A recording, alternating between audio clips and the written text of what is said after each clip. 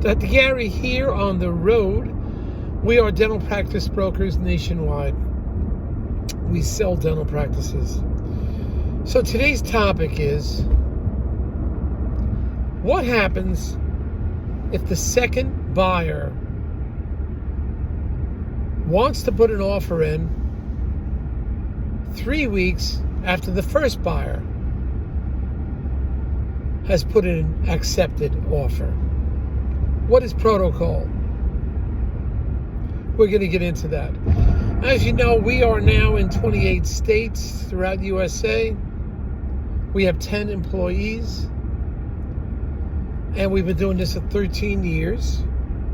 I was a dentist for 25 years. And 2 of our 10 employees are CPA accountants. That's rare to find in brokers.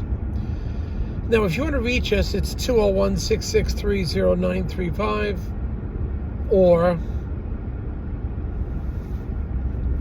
our website is dentalpracticeguide.com or nationwidedentalpracticebrokers.com. We answer the phone 363 days a year. We work every day except Christmas and Easter.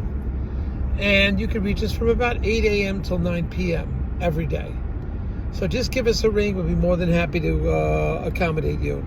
Now, if you're thinking about selling to one of the DSOs or the large corporate dentistry, call us, because we are independent, but we'll pick and choose which we think the best DSOs are for you.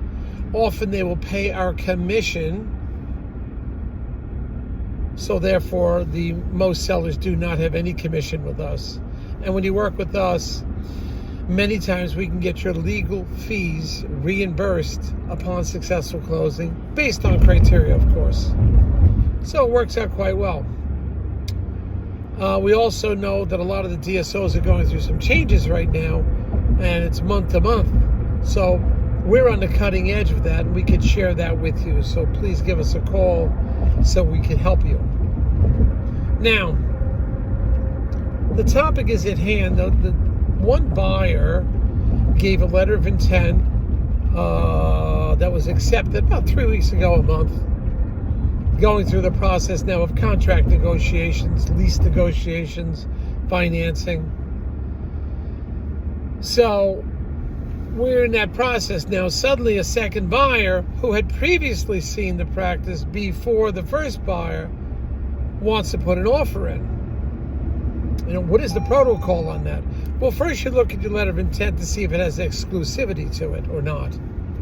But even if it did, it's like, even if it didn't, we want to go to closing with the first buyer. Because it says some second buyers come in and say they're going to give you more money and this happened and that happened. What happens is, and it can happen, you lose the first buyer and you lose the second buyer. Because the second buyer is just trying to do whatever they can to lock up the deal. So we don't go there. But what we will do is keep the second buyer in a solid position, ready to move forward if the first buyer drops out at their own will, or a crisis happens. They get disabled, they get cold feet, or something happens, and they just drop out. And that happened. It just happened to me 3 weeks ago. We had a second buyer ready to roll, but we're not going to give them first position. First position was held on the first buyer, but the first buyer panicked and had some issues and left. So we moved the second buyer into that first position, but only after the first buyer just gave up and said, I don't want it. And, you know, for the seller's behalf, you don't want to go through the whole process again. So that's what we did. But in this situation, we have a pretty solid buyer. We want to go to closing, hopefully in 2 weeks, and get this thing locked up and finished. We're not going to entertain the other buyer, but the other buyer can be free to have a letter of intent if they want to just hold on to it. But we're not going to process it. We're not going to present it to the seller. We'll inform the seller that we have this activity going on, and we stay in touch with their attorney. But nobody wants to lose that first position and lose the first buyer. But with all due respect for the second buyer, let's keep them in a strong second position. And if the first buyer drops out at their own will, we're not going to do is start putting competing offers in, because the offers were separated.